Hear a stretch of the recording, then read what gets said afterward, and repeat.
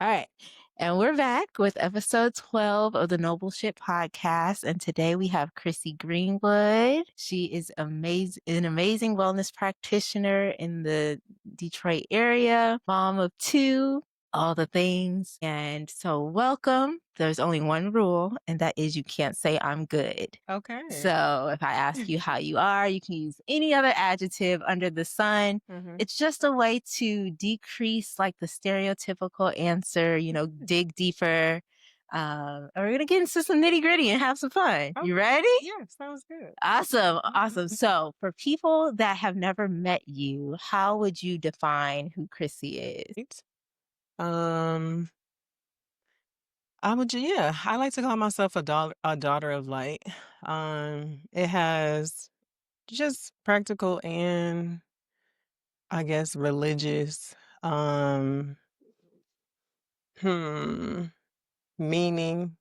Um for me, everything I do is based off of my religious beliefs. I am a child of God. To you earlier, that my family practices Israelite. And so that's kind of what I use as my compass for life.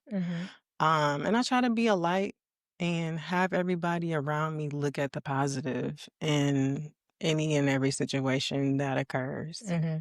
And so I apply that to my personal training as a mom, as a friend, as a daughter, all the different things.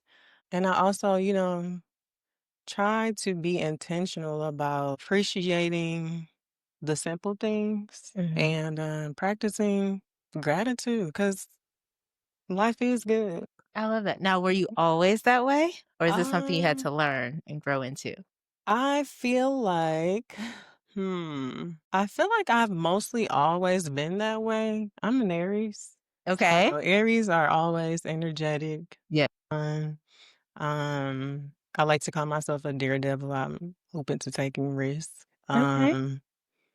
And I just always see the good in things. I will say that my life hasn't always been good. I've struggled with different things just like everybody else. Childhood, trauma, all the different things, but to persevere and um I practice resilience. Yeah. Yeah. For sure, for sure. So as people who, like you said, everybody, we have some type of either childhood trauma or some type of thing that happens in our life. For you to always be someone that finds the light who is a light, how do you do that when you are going through your challenging times? Like what kind of tools do you use or what advice would you give someone who maybe is going through a challenging time? Like, what Yeah. would you tell them? Well, for me personally, I'm gonna go back to God. I start with a prayer. God, what is happening? I need you. I need Mhm. to call on you. Show up, be present with me, show me the way. Give me a sign, send me a messenger, give me what I need. And he usually responds, he usually answers. Yeah, So I always start with God, and then from there, we go into a deep breath. We go into grounding. love that. Um, I've been told that I have the peace of God. Like no matter what's going on, I'm still able to stay grounded. And it's really just a matter of being able to see beyond this moment. Mhm. Number one. Also, like I said, practicing my deep breaths. Mhm. And doing things that make me feel good, even when life is not going so well. Okay. So those things include dancing. Those things include music. As a sound bath practitioner or sound bath facilitator, I always find peace in music and sound. Mhm. Even if it's like lo-fi music without lyrics, I love a just to kind of lo-fi. calm my spirit. That does it for me, and also walking outdoors. Okay. So when we talk about grounding, like I'm really about that life. I really get in the dirt Mhm. and the earth, the grass, the trees, the smells, the birds. They all bring me peace. I love that. Mm. I love that. Now, how would you define wellness as a Mm. general concept? Um, I would define wellness as so I like to take a multi-dimensional approach when it comes to wellness, or Mhm. holistic is what we call it. So it's really just a matter of finding balance or harmony within all the different areas of your life, including spiritual, mental, physical, even social, occupational, environmental. Like, for example, with the environmental, we can look at your candles Mhm. as a way to practice wellness, Mhm. because they're non-toxic. Mhm. Um, and also they Shameless plug. so having things in your environment that are non-toxic and things that Yeah. are going to nourish your body, but also nourish your spirit, is something that so that's kind of what I think about when it comes to wellness, just having that balance and harmony of it simply. Well, just being well in all areas. Yeah. Yeah. Okay. Yeah. Now, did that change for you once you became a mom? Like how that looked? Or what has It motherhood has. taught you Uh, hmm. about? I will say that my personal self-care has kind of had fallen to the wayside when I Mhm. became a mom. Mhm. Yeah, I was putting myself last to my child and my partner. But because this is my lifestyle and this is just what I do, I always Yeah. find my way back. Yeah. And I learned that you kind of have to schedule and make sure that you plan for your self-care as a mom. Mhm. And I have to do it either before everyone else's day starts. So I have Mhm. to get up maybe 5:30 or 6 a.m. to make sure that I can show up for myself because it may Yeah. not get done.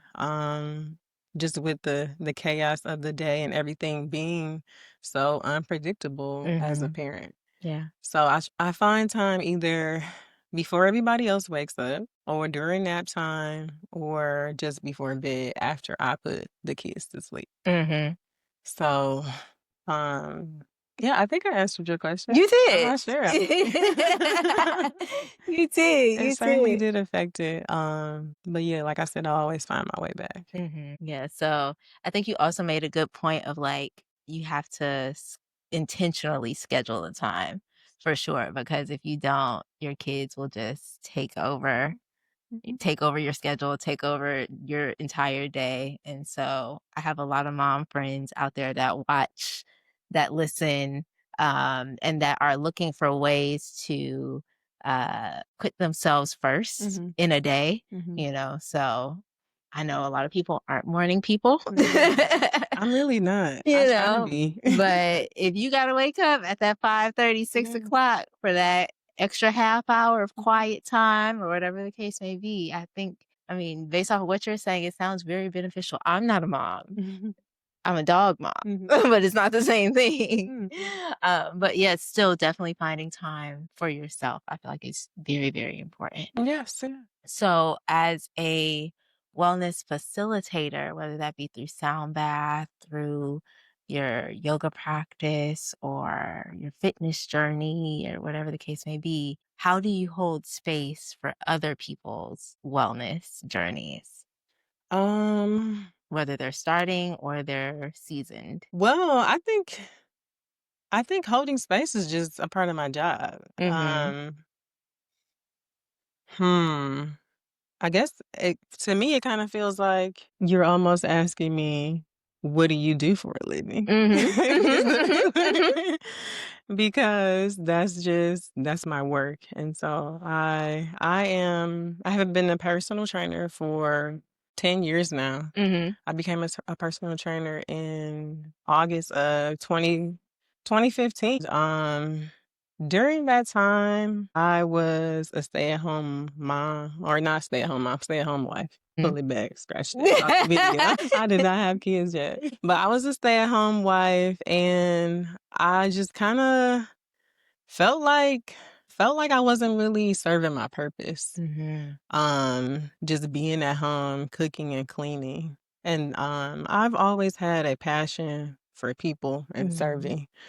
Um and during that time, how did okay, so let me rewind. So working as a I mean, being a stay-at-home mom, and then I'm like, I need to find some things to oh, you know what? Let me reverse. Because I live so many different I lives. love that.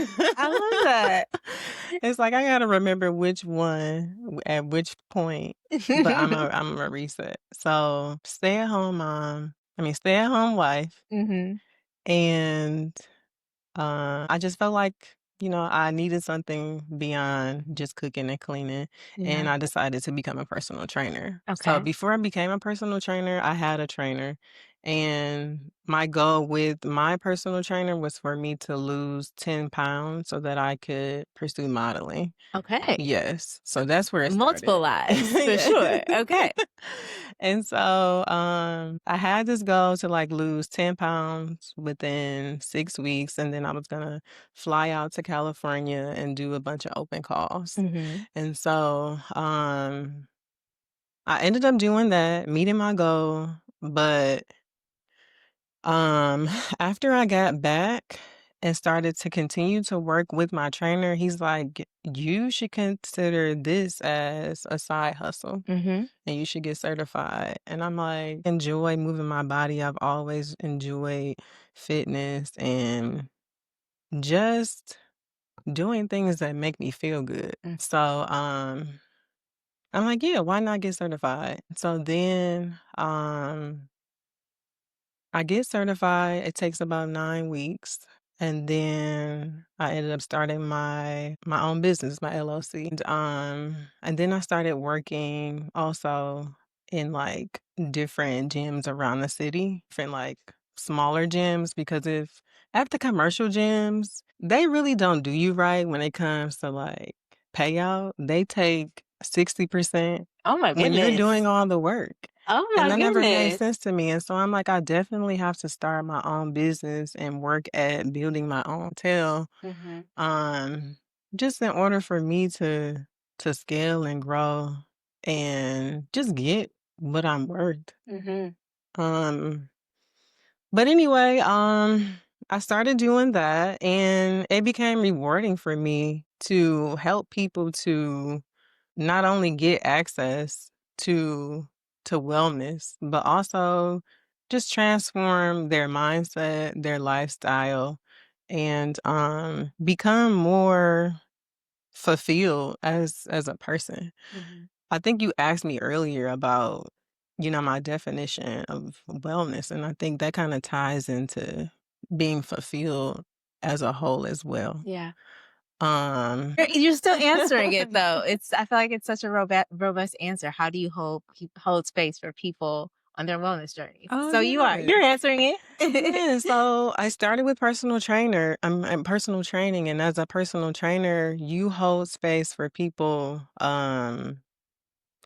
mentally and emotionally. You become their Mhm. therapist. Yeah. Yeah. It's like twice a week, you meet this person, and it's like if I'm going to spend time with somebody, I'm going to get to know them. Mhm. And outside of getting to know them, it's my job to keep them accountable. Mhm. And for me, I try to take a holistic approach. And so we're going to look at, what you're doing spiritually, physically, and emotionally. Mhm. Um, and so I hold space for people when it comes to, I guess, emotional and social Mhm. wellness. I hold space by, helping people to learn how to work out, learn how to eat. Mhm. And then the same thing kind of translate or transfers when it comes to sound bath and meditation. Yeah. So just creating spaces for people to, number one, learn how to take a deep breath. Right. Learn how to stay calm when things get tough. Mhm. Learn how to be more mindful. And when a lot of people think about mindfulness, they kind of just relate it to breath work and yoga. Mhm. or sound bath and things like that. But for me, mindfulness is a part of your everyday living. Yeah. So thinking about what you're eating, what you're watching, what you're listening to, Mhm. what you're reading, what you're putting into your body, onto your body, Everything you all the consume. different things, everything that you consume. Yeah. And so we've started, different workshops on mindfulness, and we try to go beyond just learning how to ground yourself, Yeah. because we need to think about everything that we do and live with intention. Yeah. Yeah. So, what did that transfer look like from going from personal training, journeying into the world of sound healing? What was your aha moment like? You know what? I think I want to take this on too. Yeah, so during the pandemic, um I was working as the personal trainer, but I noticed that a lot of my clients just were not doing well mentally. They were struggling. Hmm. And I wanted to add something to the experience just kind of to help them find more peace and just be less stressed. And I ended up seeing like some clips online of people doing sound bath, maybe Janae Hmm. Aiko or somebody like Hmm. that. Hmm. And I'm like, this is so therapeutic, so relaxing. And I think that this is something that my clients would appreciate at the end of their sessions. Yeah. And so then I got certified as I got certified in crystal singing bowls. Okay. Cause when it comes to sound baths, it's not just the Right. bowls, it's Right. the all the different things. Yep. It's the rainmakers, it's the Uh-huh. shakers, it's The everything, all gong, the the gongs. Yeah. yeah. So I decided to just start with crystal singing bowls. And yeah, I started by changing up my sessions, and then like the first 30 minutes was strength training, and then the last 5 to 15 minutes I would just have you hit your mat. We would, go through some breath work, Mm. and then I would transition into sound bath. And um it seemed to work. It seemed to be effective. Like I've had people cry Yeah. at the end of a workout Yeah. session. Because I created space for somebody, Mhm. like you mentioned before. Like, how are we creating space? I created space for somebody to release, Yeah. to relax and reset. Mhm. And trauma is stored in the tissues. Yes, So you go yes. through all of that physical exercise and labor, and then to have space held for you to just release the mind Mhm. to I can see why tears would be shed at the end of a Yeah. session for sure. Yeah, so it became, I guess, a physical, mental, and spiritual workout. Yeah. Yeah. I love that. I haven't heard of anybody that's offered that as like the ending to their session. I feel like more people should. Yeah, for sure, I for truly sure. do. So, speaking of mental health and mental wellness, how are you currently in your mental wellness journey? I'm glad you asked. It's always like I'm always asking the questions Right. like that. I'm doing good. I feel Haha. like you Gotcha. I feel like I have the balance and harmony that I desire right now. Mhm. Mm, I'll answer that way. I like that. I like that. Was it um always that way for you? It hasn't always been that way. It's just like ebbs and flows. I mean, it's different seasons where, I'm going through and Mhm. seasons where I'm not.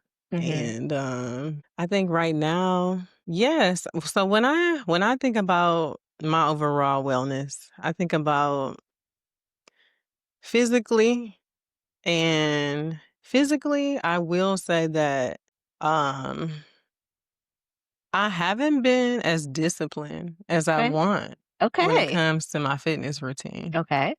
Um, but I still move my body. Mhm. I stretch daily, and I play with my kids daily, and I Yeah. cook and clean daily. So all of this is movement, but Mhm.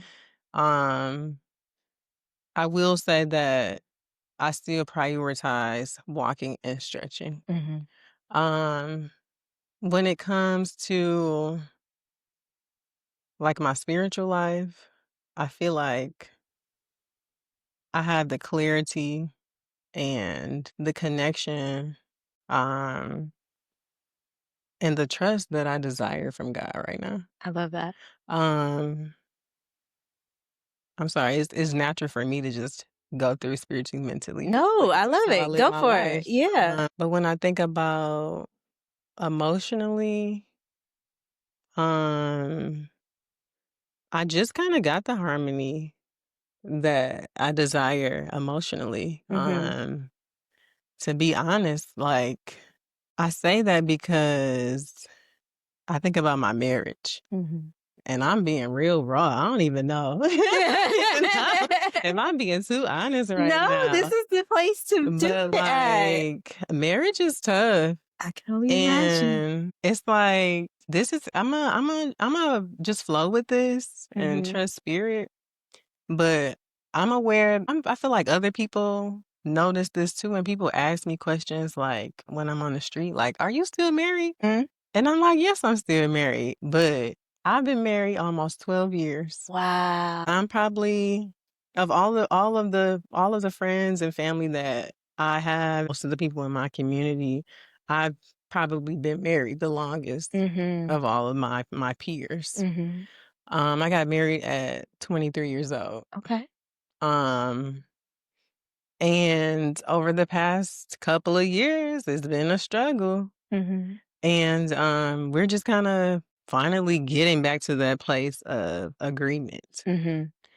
And we have been since we got married so young, we've been growing together Yeah.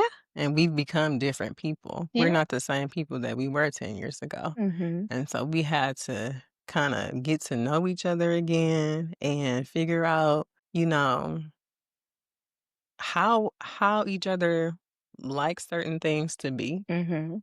And just have like the tough conversations and just do the inner work. And I Mhm. feel like I'm finally coming to the other side of I that. love that. Congratulations. I feel like okay, so I've never been married.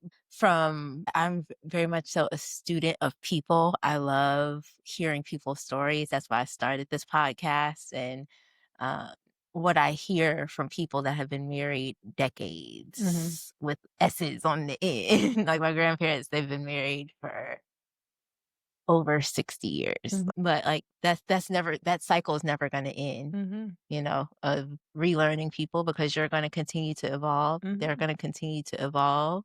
And you got to figure out how you guys mesh and create space in each other's lives and what Mhm. that looks like. So, but I love that that has come full circle and you're in a space of harmony again. Mhm. Yeah. Mhm. Oh, it took a lot, but I'm so glad we're here because I really love that man. That's my guy. I love that. I love that. 12 years is a big feat, especially in Man, today's day and age. Like you yes. said, Yes. everybody's not hitting that mark. And we don't have the blueprint. Right. My parents didn't teach me how to do this. They didn't Mhm. teach me how to have a successful marriage. And my mother, honestly, didn't teach me how to be a wife. Mhm. Like there are some things that we're all taught like certain standards, but as far as like the fact that you have to manage a home, Yeah. that means like schedules, the cooking, the cleaning, like Mhm. working as an assistant for my husband, Mm. financial planning. Being a wife and a mom is like a full-time job Yeah. itself. And I got, you know, business and personal training and all the different things on Yeah. top of that.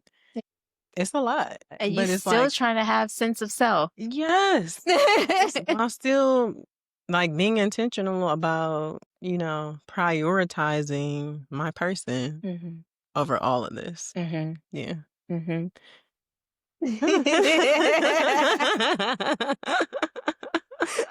You said, not She said it's 1 the course, time. Oh, 125. it's that time. It's that time. Okay. Okay, you're good. We're good. We're good. So, my last question to you would be well, two questions actually. How would you define Chrissy in 5 words? In 5 words, I usually I say would three, say, but I'm gonna give you two extra. okay. I would say empowering. I would say a light. Um, Determined. Mhm. Mindful. And, I wanna put a little God in there, and not a little. Gladly. I don't even wanna keep it I don't even wanna say as simple as godly, but I feel like even the word light, Mhm. could just speaks to that, but I'll just say, 5 words that identify me. Mhm. Hmm, peace. I like it. I think those are 5 good words too. Like, every time I'm around you, it's very zen, it's very calm, it's very peaceful, it's very grounded. Yes. For sure, and I'm glad we picked this candle, Harvest Table, because that's a very fresh but grounding scent with the tomato leaf, the rosemary, the basil, for sure. And my last question, how we wrap up every episode, is what makes you noble? What makes me noble? The Lord. I know The that's Lord. right. The Lord. Absolutely. My commitment to my faith and, his word and my trust in him. That makes me noble. I love it. I love it. Well, thank you for sitting down with me. This has been episode 12 of the Noble Shit Podcast. And until next time, we'll see you then. Thanks for having me. Of course. Bye.